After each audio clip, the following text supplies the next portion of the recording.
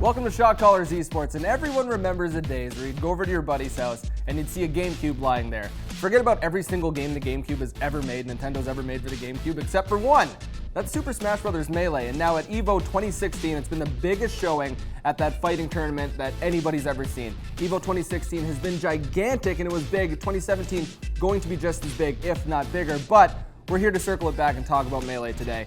Matt here, Matt Hempstead, thinks that Super Smash Bros. Melee is the next biggest, if not the biggest thing right now in the fighting community. Yeah, I think it is, and I grew up playing this game, not to the extent, obviously, that they are. I didn't even know half the stuff was possible. But the fact that it's been around for so long, without any changes, and is still center stage in the fighting community, I think is a big deal. One of the reasons for that is they just keep finding new ways to play these characters. And I mean, with a game so in-depth that was made 15-something years ago, it's insane that they're still finding new ways to play characters. Can you find any downfalls about this game? I mean, we look at the fighting community. There's games like Tekken, there's games like Street Fighter, and with this game, or these games, they can come out and re-release a new game every single time. I mean, Super Smash Bros. Melee as a whole in that genre, they've done that. They've re-released the game, but what makes this Melee game the OG of fighting games? Part of it, I think, is the nostalgia that all these Nintendo characters bring you. I think it is partly due to who you can play as. To be able to play as, Mario, Peach, all these guys is a huge factor to it. But on top of that, right now, I think it's the personalities that kind of run the sport. Guys like Mango, Hungry Box. Once Leffen's able to play again, he's going to bring something else into the scene that's been missing for the past year.